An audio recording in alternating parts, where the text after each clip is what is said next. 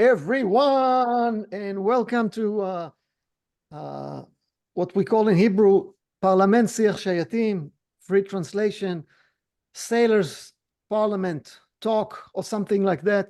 It's a social forum created by former Israeli Navy SEALs, which host interesting people, actually very interesting people with interesting ideas. This is our first guest that we are hosting in the English language. I took a crash course in English, and I hope to be able to make it. Preview to our next sessions. On August 28th, we will host Professor Yael Sternhell. Yael is a renowned expert on US history and societies in war. She's been all over the news in Israel, in the US. She is amazing, and I can't wait to speak with her. On August 14, we may have another guest, but we haven't formalized it yet. We will send notice to everyone. Disclaimer, important one. The call is recorded. We do not know who will watch this call. We ask whoever wants to quote it to be democratic and to be respectful, and don't take things out of content, like the channel 14 in Israel that took things out of content, and some people complained about it. So just be respectful. I asked the people here on the call, once you speak, the camera is focusing on you. So keep yourself mute for security purposes and for the purpose of your next travel, so Hag will not stop you anywhere. If you have questions, put it on the chat box. It's like a sports game. I'll give a few stats of the war before we get into the conversation. The Middle East is on fire. It started exactly 300 days ago. Started on October 7 with the Hamas massacre in South Israel, and developed into a regional war in multiple fronts. The overall bloodshed toll is staggering. About 42,000 casualties, about 120 wounded, and we don't even know how many people are still under rubbles. Over 2 million people displaced and refugees. Out of those figures, roughly about 5% on the Israeli side and about 95% on the neighbors' side, predominantly in Gaza. It's just a bloody conflict. The Middle East have seen worse conflict in the past, but we don't know what chapter of the Book of War we are at that point. Yesterday, with the assassination of Ismail Haniyeh in Iran, we're definitely getting into a new chapter, and we don't know where we are standing as of now in the spectrum of history. The war is very personal to a lot of us. I'll tell more in a second. But first, I'm very honored to introduce our guest today, Brad Lander, New York City Comptroller, and the city's highest-ranking Jewish elected official. Good afternoon, Brad, and thank you so much for joining us. I can't hear you, Brad. Ani mitztaer lo medaber ivrit, and I appreciate your willingness to host me in English. This is a remarkable group, Ori. Thank you for inviting me. I'm honored to be here. And I do just want to echo at the start what you said. I really appreciate what a scary, frightening time it is right now, where escalation seems imminent. And I know a lot of people, everyone here has served, many have relatives who are probably serving now, so they're all in my thoughts today. So, Brad, the first, I put on the chat box the 4 items we're going to talk about, okay? And we're trying to stick into 10, 15 minutes to each of them. We have limited 1 hour, So we're going to run quickly. The first chapter, we call it Establishing the Witness Credibility. So you're the witness. There's no right or wrong, but we really want to know who are you? Tell us about a little bit about your upbringing. You grew up in St. Louis. Most Israeli knows two cities in America, LA and New York City. Where is St. Louis? St. Louis is in Missouri, which is right in the middle of the country, in the middle east to west, in the middle north to south. That's actually why it has the St. Louis Gateway Arch. I don't know if you call it Keshet in Hebrew or how, the arch people refer to it, because when the United States was a young country, it only made it out to the Mississippi River. St. Louis is on the Mississippi River. And it was where Lewis and Clark went out from to explore the West. And so it's the biggest city after Chicago, the biggest city in the Midwest. You might be surprised it has a big Jewish community. And, my parents and grandparents are part of that Jewish community. In my parents' generation, all of the Jews lived pretty much in one neighborhood, University City. By my generation, they had moved out a little more. But I grew up in a suburb of St. Louis, middle-class neighborhood, maybe 15-20% Jewish, definitely not mostly Jewish, but some Jews in my school, going to a Reform synagogue. We can talk a little more about that. And then after that, I moved to Chicago and then to New York, and we can get to that part of my story a little later.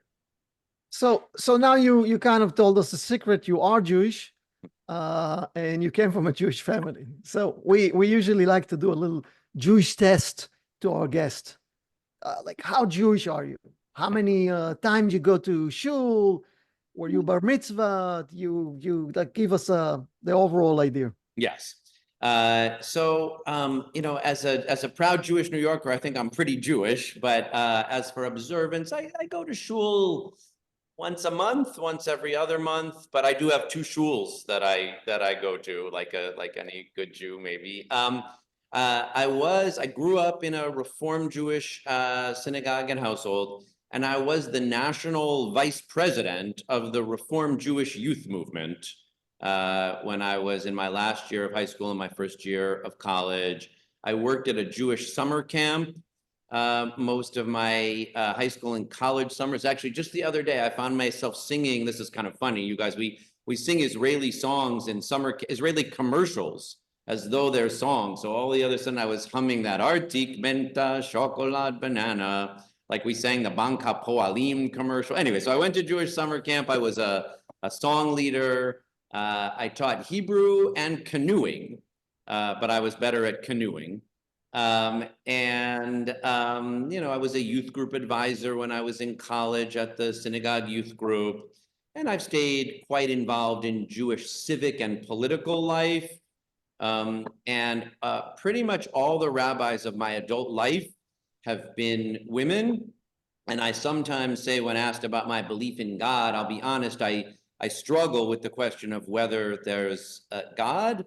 But I have a very hard time otherwise explaining the amazing string of women rabbis that she keeps sending to recruit me.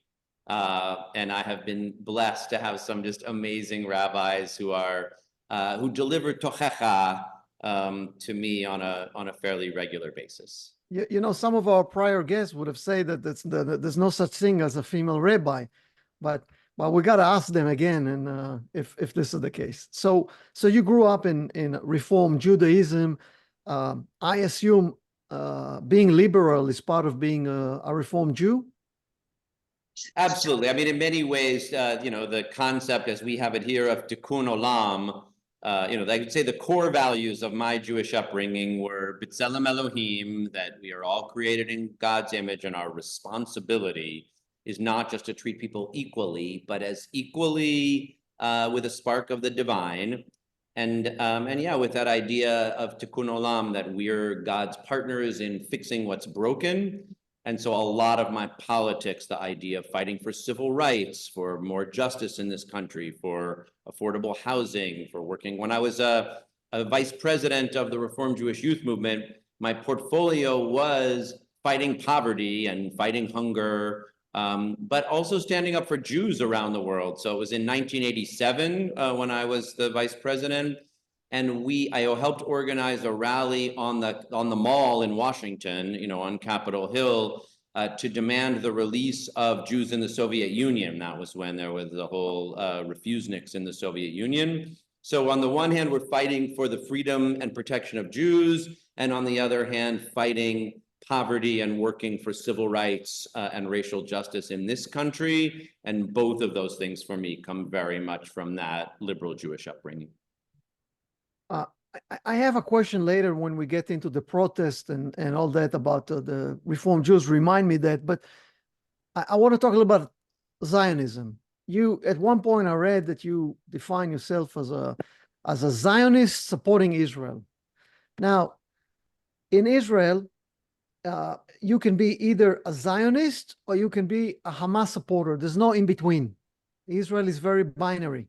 Now, there's new terms today coming to life like Zionist, there's non-Zionist, there's anti-Zionist. There's many, maybe the spectrum is bigger, I'm not aware of it, but tell us about what is your Zionism and explain us, the people in Israel, what do all those Zionist definition means? Yeah.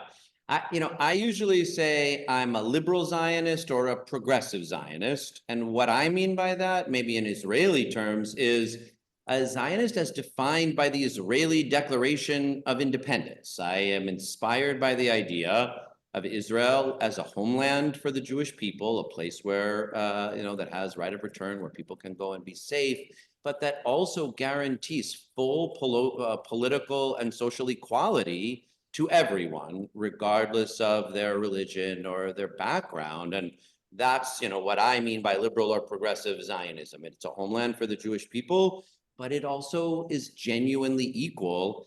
And I don't see how that is possible without an end to the occupation. To me, that's what's necessary for Israel to be able to be Jewish and democratic in the founding principles of its declaration. Interesting. Someone kind of sneaked to me the idea that you're kind of a boxer. What is it like? You became a boxer after you moved to New York City, or after you moved to Chicago? What's going on there? Yeah, so let me say on this call with Navy SEALs, I don't pretend to be a boxer. I mean, I do political knife fighting, but I have not served in the military, and I don't pretend to do other kinds of fighting. Honestly, after Donald Trump was elected president, mostly what I had done before that in my adult life to exercise was to be a runner. I'm not like a competitive runner, but I go out and run. I live about 5 miles from my office, and I get to run over the Brooklyn Bridge to work some days, which is lovely. But I needed something after Donald Trump got elected that was a little more of a release for my anger. So yes, there's a boxing gym right around the corner from my house. Now, it is Brooklyn's first woman-owned boxing gym. It's owned by a Jewish woman, actually, named Carrie Schechter. And she opened this boxing gym, and she could kick my ass, so I don't want to pretend that, otherwise, but it's a very good workout. Nice, nice. So you brought up Trump, and this was for the next chapter, but since you brought it up, most people in Israel think that Trump is the Holy Grail. He's good for Israel, period. Is Trump good or bad for Israel? Obviously, it depends what your vision of Israel is. I think terrible. But I'll say it in two different ways, because to me, there's a strategic question that we'll get to in a minute. But I'll start with a vision question. Like, my vision of Israel is that founding vision, and it's Jewish and democratic. There have always been people that didn't care about the democratic part. Like, I appreciate that there's a version of Zionism that was always just more the Jabotinsky style of Jewish, and we're not so concerned about the democratic. We just want our land and the heck with other people, and that's very Trumpian. And there's now here a whole style of what's called national conservatism that says America's not a creedal nation that welcomes people with a set of ideas and tries to live up to our democratic standards. We're just a bunch of people who live here who defend our land. And I know there are people who view Israel that way, but for me, that founding vision of Jewish and democratic, I find just beautiful.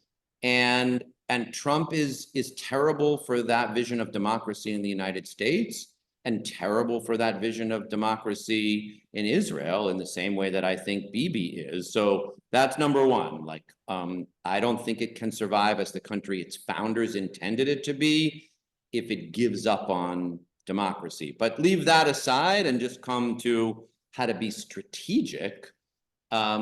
Israel, ultimately, to be safe and secure, we'll get to this later, of course, it seems to me it has to find some way of finding a way through a mix of strength and negotiation to be at peace with its neighbors. And Trump has this idea of, the same way Bibi has an idea of total victory, Trump has that idea. You can see him running like that right now for a few minutes after the assassination attempt. He thought, maybe I should be for unity and bringing people together. And then he said, the heck with that. I don't want to bring people together. I'm for my side, against the other side, on to total victory. And that's a path of doom for the United States of America. And I think it's a path of doom for Israel as well. So we are about to finish the first chapter, but I can't finish the first chapter without a guest that I brought up here. The guest wants to say something to you. Are you seeing my screen? I used to be so embarrassed by my dad growing up, always telling corny dad jokes, a policy nerd on the city council. But honestly, that's the kind of controller we need right now. Someone who's compassionate and whose idea of fun is poring over budgets. Someone who knows how hard this pandemic's been for women and has a plan to do something about it. That's why my dad's endorsed by AOC, Elizabeth Warren, Jumaane Williams, and me. Despite the dad jokes. Paid for by Lander for NYC. I used to be so embarrassed. Okay. So tell us, who was that person? Oh, you got a big smile out of me. That is my daughter, Rosa. She will be a senior in college next year. She goes to the University of Chicago. I don't know if she has her Jewish star around her neck in that ad. I actually wasn't looking, but she's a very proud young Jewish New Yorker, even though she's living in Chicago. And she tolerates my dad jokes. She's our younger kid. My older kid actually is named Marek after Marek Edelman, one of the leaders of the Warsaw Ghetto Uprising. And yeah, I'm blessed to live with the two of them and my wife, Meg. That's our house in Brooklyn. And yeah, being a dad is obviously one of the best parts of being alive. That's so nice. And I gotta tell a little secret. I met you a few times. You are a true supporter and lover of Israel. Make someone on mute, I think. The reason I'm saying it because rain, snow, hot, sunny days, you are there every weekend. You are protesting gracefully. You come. I feel bad for your security guards that come with you, and they are like they have to stand in the back in the sun and the snow and the rain and stuff like that. They make them wear a suit even when it's burning hot out. I don't know why. Yeah. So it's like they're toasting there, and then the New York can be warmer than Israel sometimes, and we really, really appreciate. And you come and the level of patience that you have to people, and you've been here with Maozi Non and his partners. You've been with the last weekend. You came. This is family of hostages, and this is a picture from last weekend. And every day, every time you come, you put a sign. You stand out there, and I'll tell you, you are exemplary, and so many people are so proud of you. However, some of your point of views are not so likable. So tell us what do you put on those signs? Some of those signs are forcing the government to do things the government doesn't want. What do you believe in? Why are you going to those protests? Thank you for asking, Ori. So yeah, the protests at 5 p.m. on Sunday in Union Square are organized by a group of Israelis who came together, I don't know, a month or so, maybe a month or two after October 7th.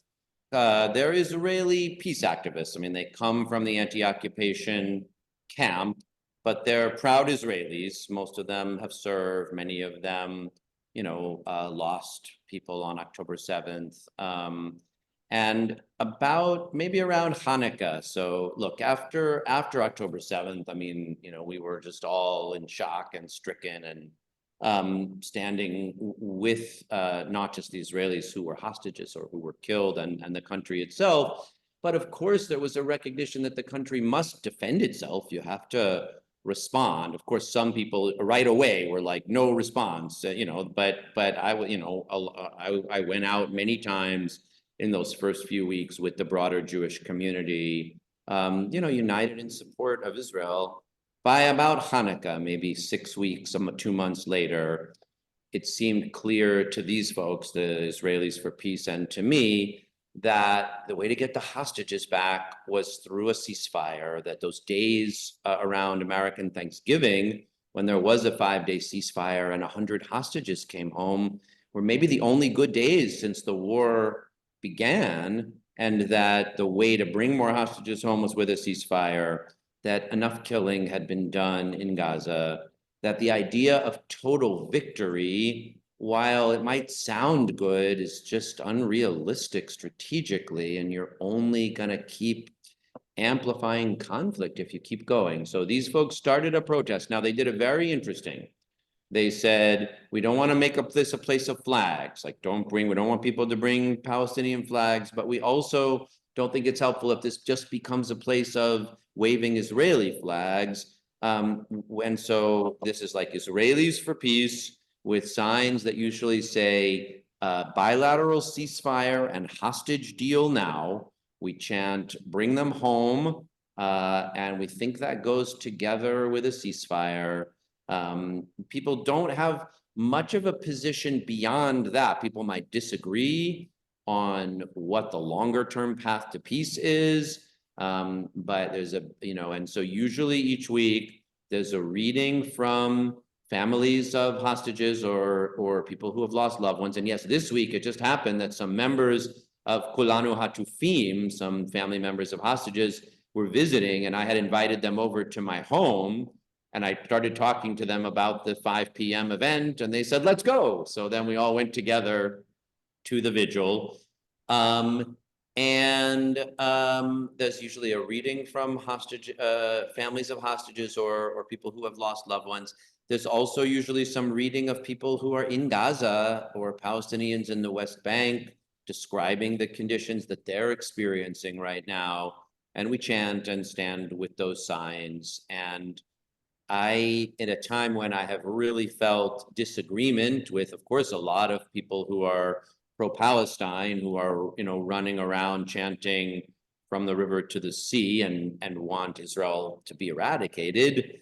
But on the other hand, some of the times when just people who call themselves pro-Israel come out and don't speak to have a path to something that it seems to me will really get the hostages home or lead to peace. I have not felt represented there either, but it has meant a lot to me to do this in a place that's led by Israelis. Now, I get that that's not the universal Israeli opinion, but it is an Israeli opinion. And for me as an American Jew, to be organized by them has been really important to me in the past months. So I want to ask you a question about, I met one of the family member of the hostages, individual named Efrat. You met her this weekend. She's in the picture next to you.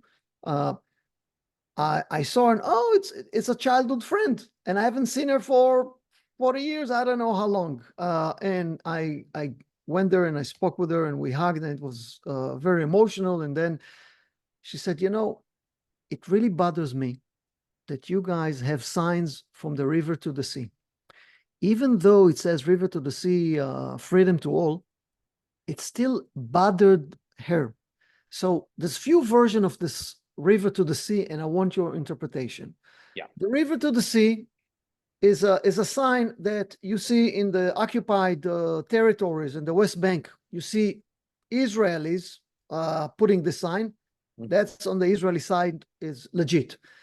If it's on Palestinian protest from the river to the sea, without even saying anything what it is. By the way, I spoke with many protesters. And 9 out of 10 I heard, and they said freedom about from the river to the sea.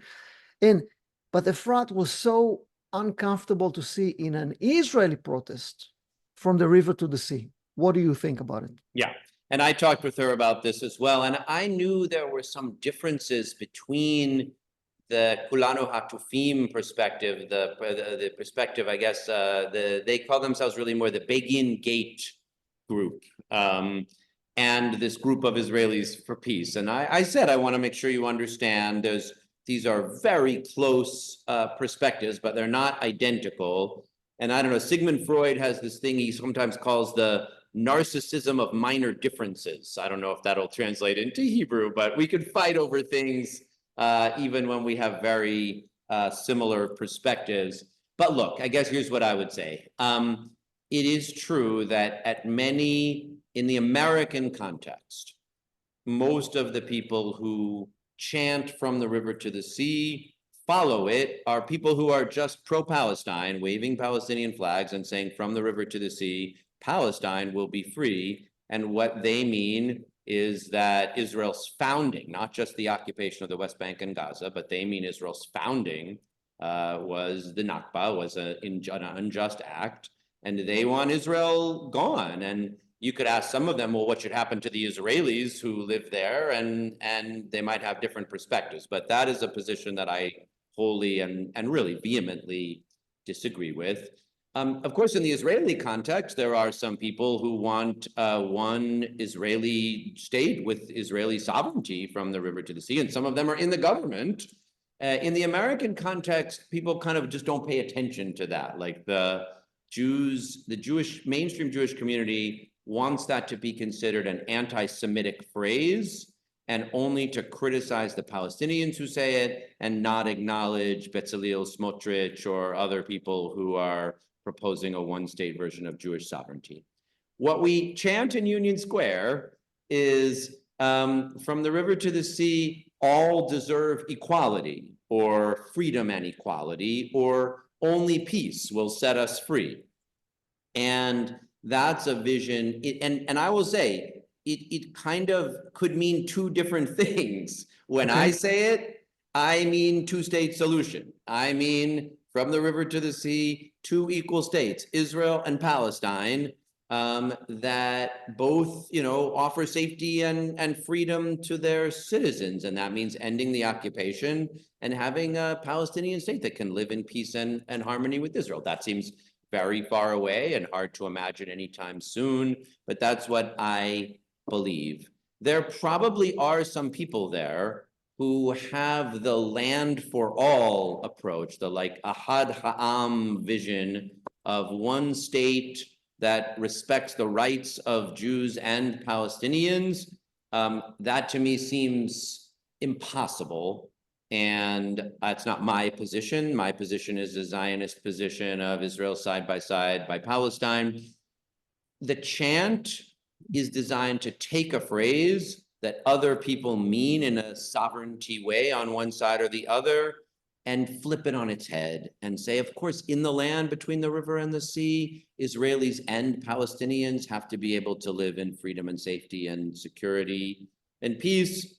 I understand why Efrat was uncomfortable even being where it was chanted, but I have no doubt it is meant in a way that values the lives, the freedom, the safety of Israeli Jews, and also values the lives and freedom and safety of Palestinians.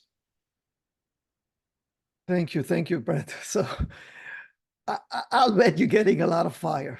Now the cat is out of the bag. You're like the peace movement. You're like love and peace. So I'll bet you get a a lot of fire from American Jews, and I bet in your position you get a lot of fire from Palestinian supporter, which is, I assume, most of the Arab communities, if not all. How are you handling it? Well, most days since October 7th, I have felt very divided just within myself. So I don't really blame anyone for disagreeing with me, because there's a lot of days when I feel like, you know what, I disagree with myself today. Yeah, it is a really rough and divided time. I mean, one thing war does, and you guys know this a lot better than me from having served in combat, of course, when there's war, the thing that would best keep you safe is if you could get to peace. But in the moment, what you feel like you need is more guns. It's a vehicle for dehumanizing, for making it possible to see the other side as just an enemy that you have to kill or be killed. And I have been surprised and saddened by how much it feels like that here in the United States, where it just feels like two different warring sides. And I that's just not, I mean, I'm not like a total peacenik, or, I named my son Marek Edelman after one of the leaders of the Warsaw Ghetto uprising. He was not a peacenik. He took up arms in order to protect his people in the ghetto and killed Nazis. And that's how I wanted to name my son. So like, that's not a, like, everything is lovey-dovey. But this is just what I believe about how this conflict can end, about what's necessary for peace in the region, and about what I believe is necessary for Israel's safety and its future. And I guess what I try to say to people is, I know you're going to disagree with me a lot, but I come to this point of view very honestly. Like, I come to it from the point of view of my Judaism, and I'm just going to tell you honestly how I think. And we could disagree with each other, but it's stupid to call me a capo. Sure, I get called a capo, I get called a self-hater, I get called an anti-Semite. I've been called a lot of names that hurt. I don't want to pretend, I don't want to lie. It's no fun to have people say that about you. But you got to be who you are and just show up as honestly as you can. And for the most part, even people who really disagree with me know that this is just what's coming from my heart, and I'll be honest with people, and that comes from a pretty deeply Jewish place, and that's the best I can do. So let me give you opportunity to come clean. So people on this call are, former Navy SEALs.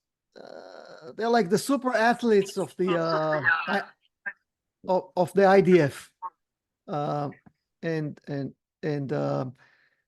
they have years of training to kill in different ways, and some of them has very violent service with a lot of experience in being involved in wars and combat situation. Most of the time, so far, it's been more the casualties on the other side. Yesterday, Ismail Haniya was assassinated. The community is kind of split. Ismail Haniya was a big Hamas, like the Secretary of State of the Hamas guy, technically with a lot of blood on his hand. Some are very, very proud on Israel's ability to demonstrate its military might, on a Hamas leader with blood on his hand, on Iranian soil. This is like in sports analogy, this is not a dunk, this is a slam dunk. What are you, like, some are like, they can't take it anymore. And we had a lot of discussion this morning in this group of those people, and people, some happy, some are very frustrated. What's your thought? Yeah. Is Israel now safer? Is Israel safer now after the assassination of Ismail Haniya?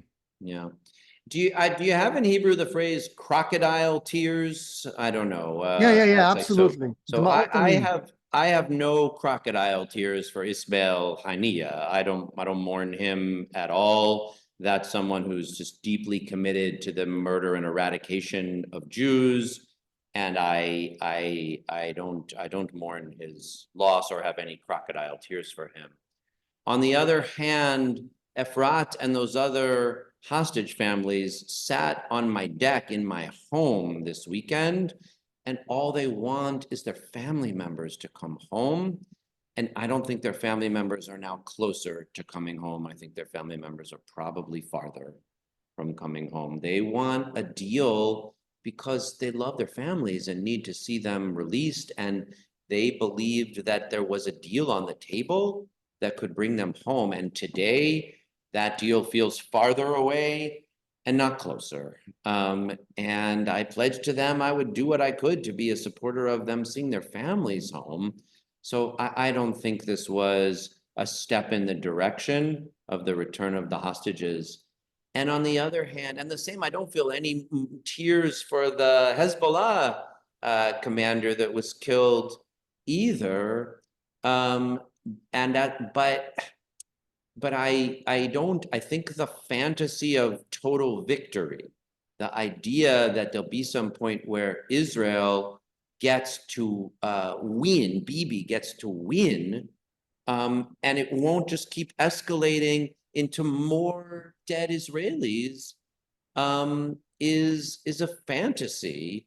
And so I don't mourn Ismail Haniya, but I would rather see a ceasefire and the return of the hostages and a pathway toward some kind of de-escalation rather than more escalation.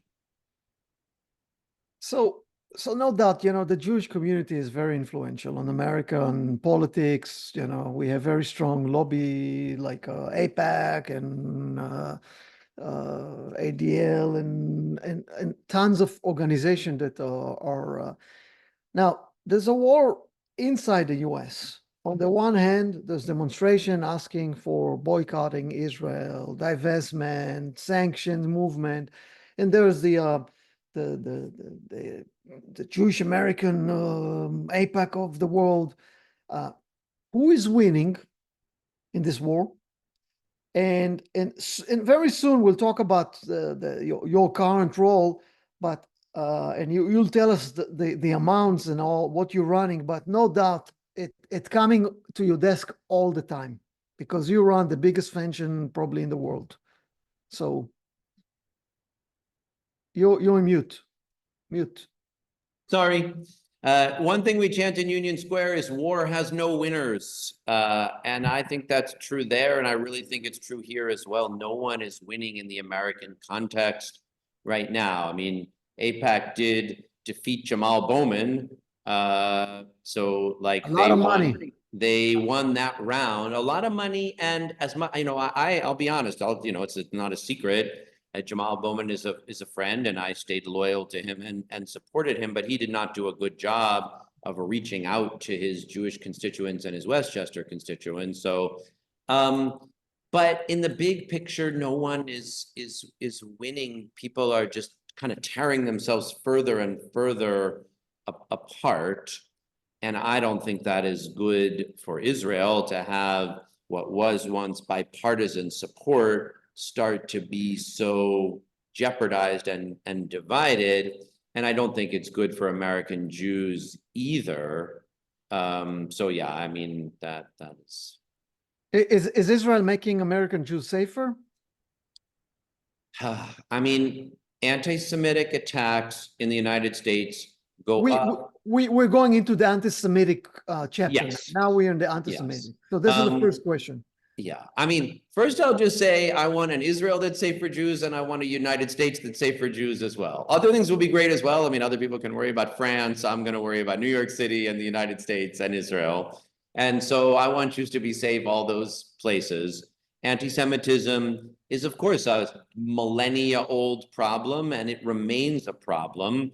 And it remained a problem before October 7th, for sure. Anti-Semitic incidents around the world and in New York City were rising.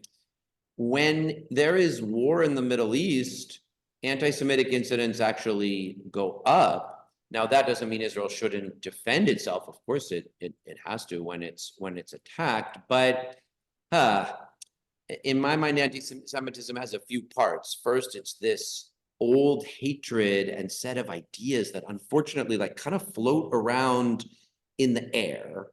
And some people get mobilized by them. Sometimes they're mentally ill. Sometimes they're hostile political forces. Sometimes they don't know how to explain what's going on. You know, they don't have, you know, that somebody's home gets taken. They feel insecure and they grab on to the idea it's the Jews who are to blame. And that makes Jews unsafe. And we have to fight back against that.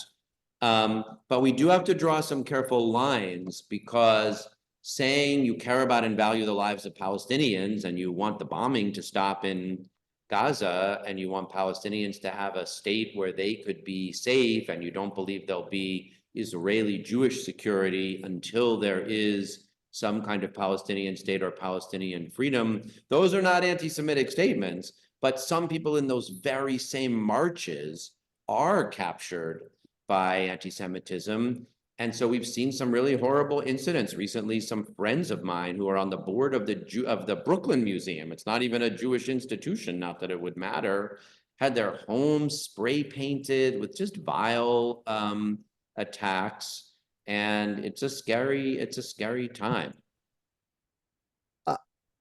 Just so you know how scary it is, it's a lot scarier in Israel. And I'll give you an example. I think it was somewhere in November or December. The war was still at a high level, and there was still a lot of rockets flying every day on Tel Aviv area. And I remember my mother-in-law, we had a conversation with her. She just got out of a secure room, but you know, rockets were falling all around. And then she opened television and she saw the debate in Congress with the heads of the university about in the US about demonstration in the US. And she really, really begged us to come and seek refuge in Israel because America is not safe for you now. So this is, you know, to show you how much people in Israel feel that America is not safe. But on a personal level, I've been here for over 20 years. Never had any anti-Semitism incident. I feel extremely safe. And I'm really disappointing all my friends that I'm telling them I don't feel it. So my question to you: you grew up in St. Louis, Midwest.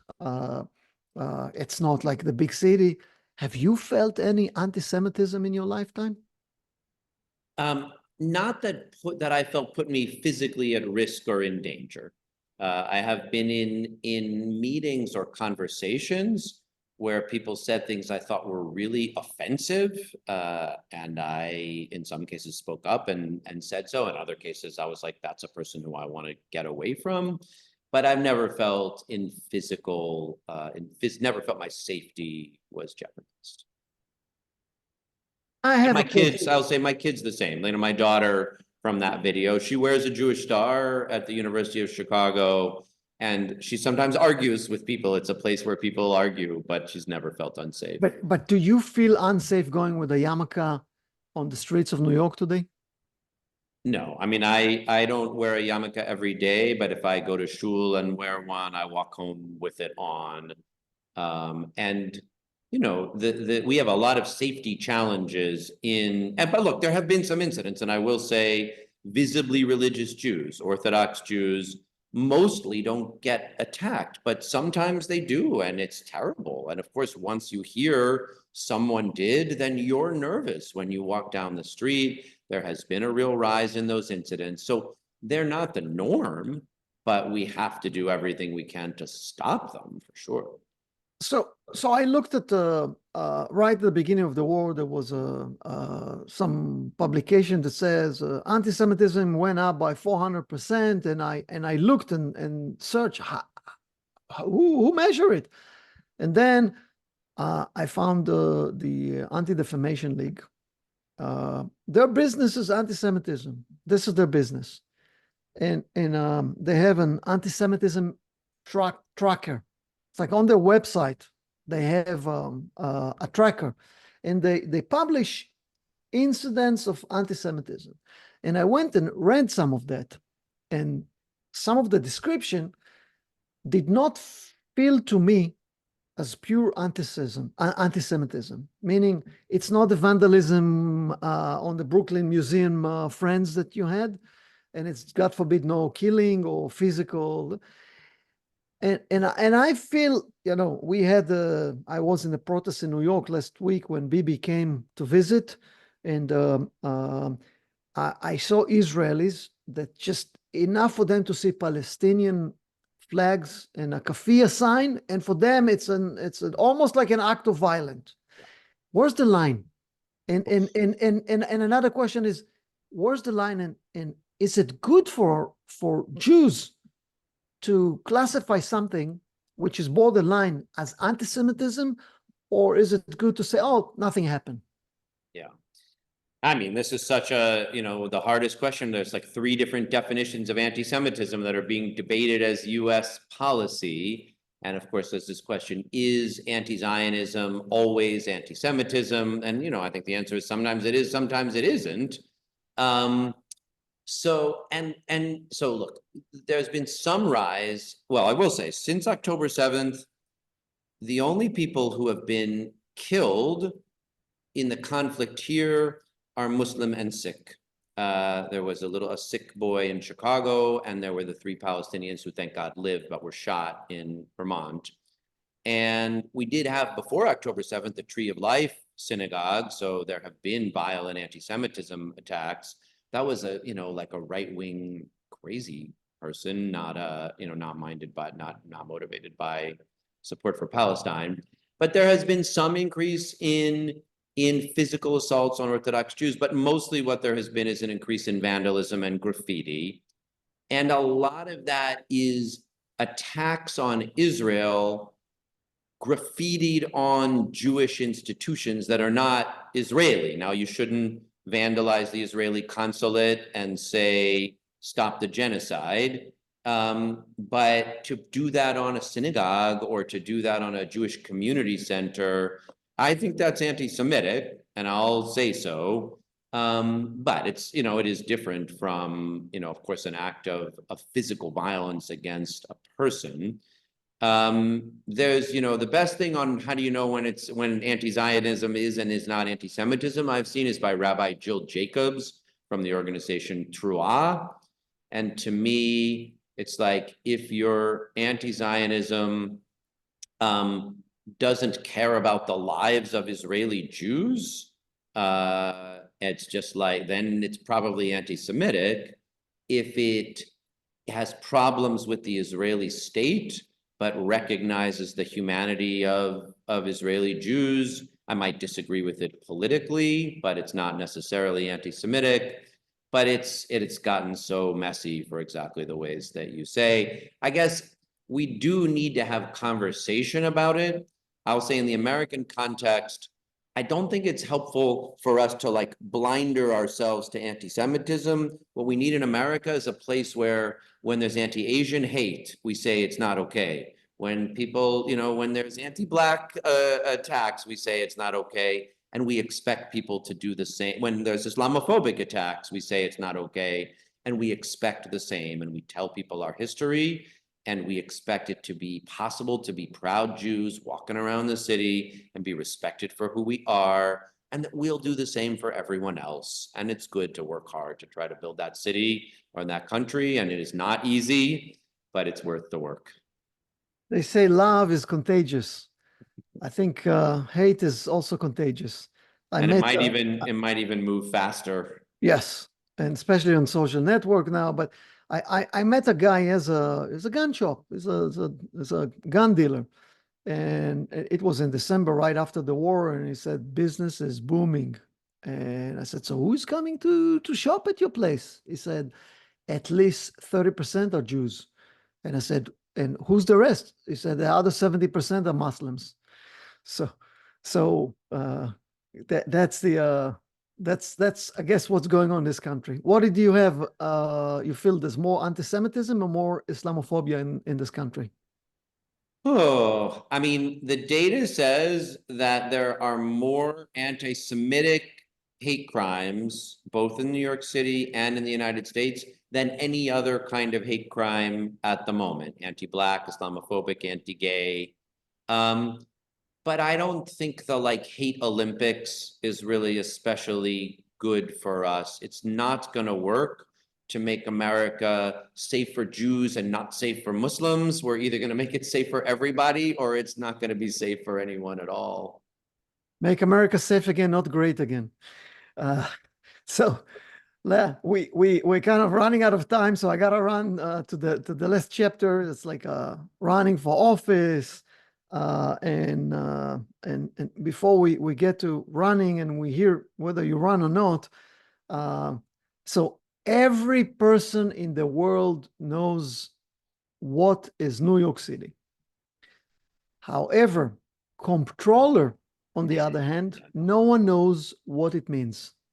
I mentioned to people, very serious people, that we have a meeting with the comptroller and say, who? So I read somewhere it started as a spelling mistake. But it is an elected position. And for God's sake, how can voters determine who qualified for a job they don't even understand what it is? Yeah. So maybe take a minute and tell us what it does, what you do. Give us, please brag with some numbers, because I looked at the numbers at what you're running. It's very much similar to the numbers of the state of Israel. So very impressive. Thank you. So comptroller is both the chief financial officer of New York City and the chief accountability officer. On the financial officer side, we manage the city's pension funds. So that's $275 billion US of assets under management. So that's a lot of money invested all around the world, including in Israeli companies and many other, companies around the world. But Israel's had a lot of good innovation and value creation. And so we certainly are invested there, but, mostly in the US and Europe.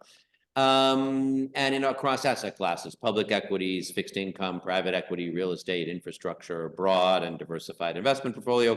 We're just announcing, don't tell yet. So when is this going up on the web? Not till tomorrow? Wait, let me put you on mute. Okay. So this is going to be my next question, probably. Is it official? That I'm running, or how much money the pension funds made last year? No, that you're running. Oh, it is official, yes. That wasn't the secret. The secret I was going to tell is that last year, the pension fund returns was 10%, which was really good. We have a target of 7%, and that means we save the city about $1.5 billion over the next 5 years. The other things the comptroller does is budget oversight, and then a lot of accountability work. We do audits of city agencies to make sure they're running well, and we register contracts to make sure they're not cheating. And, it's an oversight job on finances and accountability for the city. But yes, I'm running for mayor. Oh, congratulations. So thank you. This is a toast. It's a whiskey. So beautiful. Thank you. It's my lemonade whiskey. So congratulations. Really, congratulations. I don't know many mayors in person, and I hope to know one soon. So now, this is a very interesting question for you. So now, if it's official, you are the city CFO, and the mayor technically is the city CEO. If the CEO and a CFO doesn't get along, it's bad business. It gets toxic, and it's going to hurt the city. How are you planning to work with Mayor Adams in a way that is going to be helpful, collaborating, and conducive to the citizen of New York City? Yeah. So the New York City Charter, which is like our Constitution, it establishes the job of comptroller with a kind of contradiction, because it says it's independently elected and you're supposed to be a check and balance. You're supposed to have oversight of the mayor. You can reject contracts. You can do things to say the mayor's not getting this right. And then at the same time, you have to manage the pension funds together and issue bonds together. So that's always a tension. And even when comptrollers haven't run for mayor, still there's often conflict between the comptroller and the mayor. The way you try to navigate that is by making sure our teams can work together. So, I've got a Bureau of Asset Management that does the pension fund investments, and they work with the mayor's office of pension investments. And that's mostly non-political people trying to look at what's a good investment and do their job without politics. A lot of civil servants here who I didn't appoint. And mostly that has gone really well. Our teams work together to do the business of the city, even when the principals are fighting with each other. That is going to get more challenging now that I announced for mayor. There'll just be more politics out there. And I didn't do it lightly. I mean, but I just don't believe that Eric Adams is running the city well. He's not focused on the day-to-day management, the quality of life, the affordable housing, the childcare programs. And I don't think we'll be well served by another 4 years. And so, but I did, as soon as I announced, I sent an email to the staff of the Comptroller's office saying, look, for the next year and a half, because my term runs one more year and a half, we remain committed to our charter duties, to our mission of financial oversight, to integrity in government. And I want you to hold me accountable for that, and we'll all hold each other accountable. So I will continue to work very hard, yes, to make my case about why people should elect me instead of Eric Adams as mayor, but also in my day job to make very sure the city's pension funds are well managed, the bonds and municipal finance are well managed, and all of the work is done with integrity, and that's the best I can do.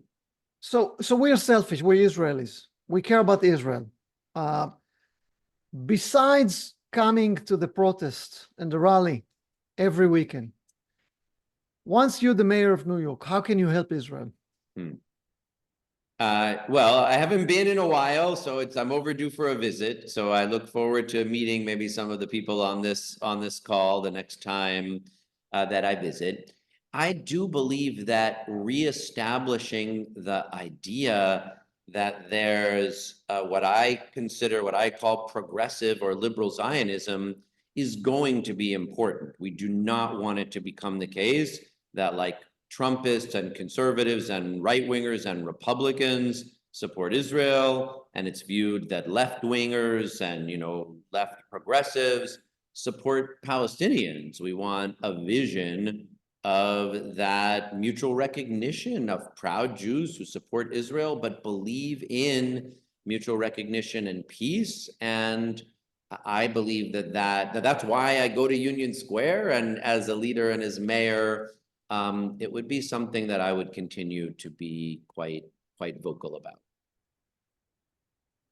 Brad, with all the respect, in Israel now we know you can't have peace and do other things at the same time. You can't have that. How are you planning to be a mayor at the same time, get involved in the worst conflict? The Jews are going to hate you, half of the Jews, if not most of them. Half of the Israelis are going to hate you. The Arabs, as we said, the Palestinian support are going to hate you. Does it give you any credibility, or is it just being involved is just liability?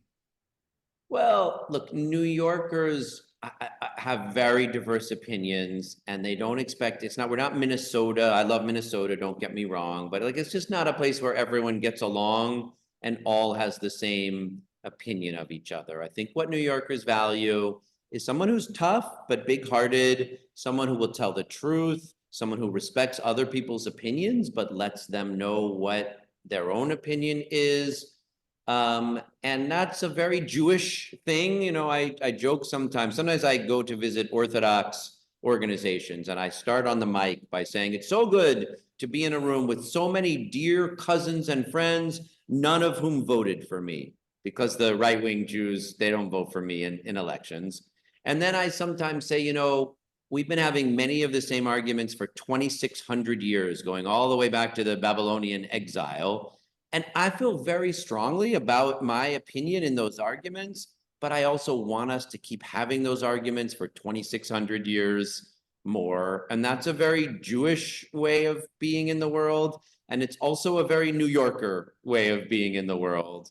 And I'm hopeful that New Yorkers, look, what they mostly want is someone who will run the city well. Most New Yorkers are not focused on Israel and Palestine and foreign policy. They want someone who will make the housing more affordable and New York City neighborhoods safer and childcare available for people and pick up the garbage and keep the libraries open and clean the streets and clean the parks. And that's what my real track record is. And like, those are, of course, the things I'm mostly going to talk to New Yorkers about. But on these issues, I'm going to be who I am, and I'm going to trust New Yorkers to recognize. Some will agree, a lot will disagree. But if you trust that people are honest in who they are, then you can trust other things they say. And when I can tell them I'm focused on delivering a safer and more affordable and more livable New York City, they can count on that too. If I was the young lady that earlier supported you for the comptroller position, your daughter, and you know, I rarely have an opportunity to meet a politician that close and can say that you are a real true mensch, and you believe in what you are saying, and you're not shy of speaking out. And I really want to thank you for this meeting. We are honored and glad that you join us today. I will have only one last question for you before you go. We ran out of time.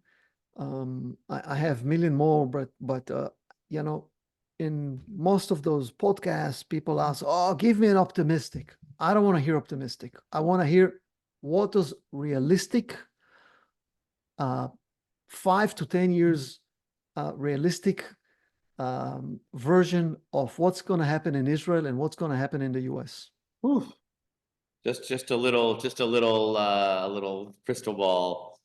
Yeah, the problem is there are optimistic and beautiful paths, and there are terrifying and dangerous ones, and choices we all make now will determine that. I mean, the path, I think, over there, to me, it still seems, of the updated Abraham Accords model, where Israel could make peace with a set of Arab countries not aligned with Iran.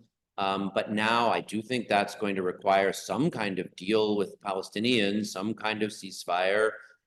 That still seems to me the only way that there's peace and security, and it still feels possible to me, even though not easy. But of course, regional war also seems frighteningly possible. And over here, the same is true. Even though things look better for Democrats than they did 2 weeks ago, it absolutely is the case that Donald Trump could get elected and wreck the institutions of American democracy and things we've counted on for many years about how civil rights are protected, how there's a separation between the military and civilian life. Like, the basics of democracy could be eroded. But I think it's also possible that, you know, we can elect Kamala Harris, and she's not going to magically fix every problem. But the basic idea of trying to build a country where people who come from many different backgrounds from all around the world try hard to live in peace with each other and invest in the public schools and affordable housing and infrastructure and economic growth that makes things work is possible. And I really don't know. I feel like it's rolling dice or tossing coins which one will get.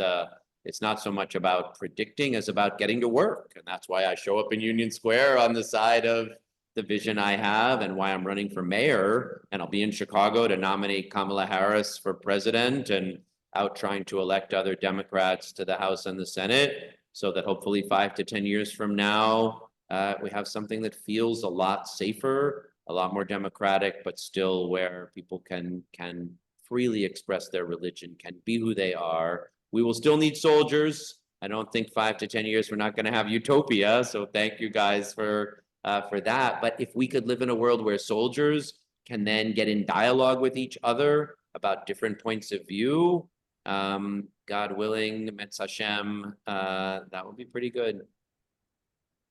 Brad, can't thank you enough. Have a wonderful rest of the day. A lot of good luck. I'm sure I'll keep seeing you in the rallies. And God bless us all. Am Israel and the rest of the world. Good luck. Toda rabba, Ori. Thank you so much. תודה רבה. Thank you, everyone. Good night. Thank you very Lighto. much. It was very, very interesting.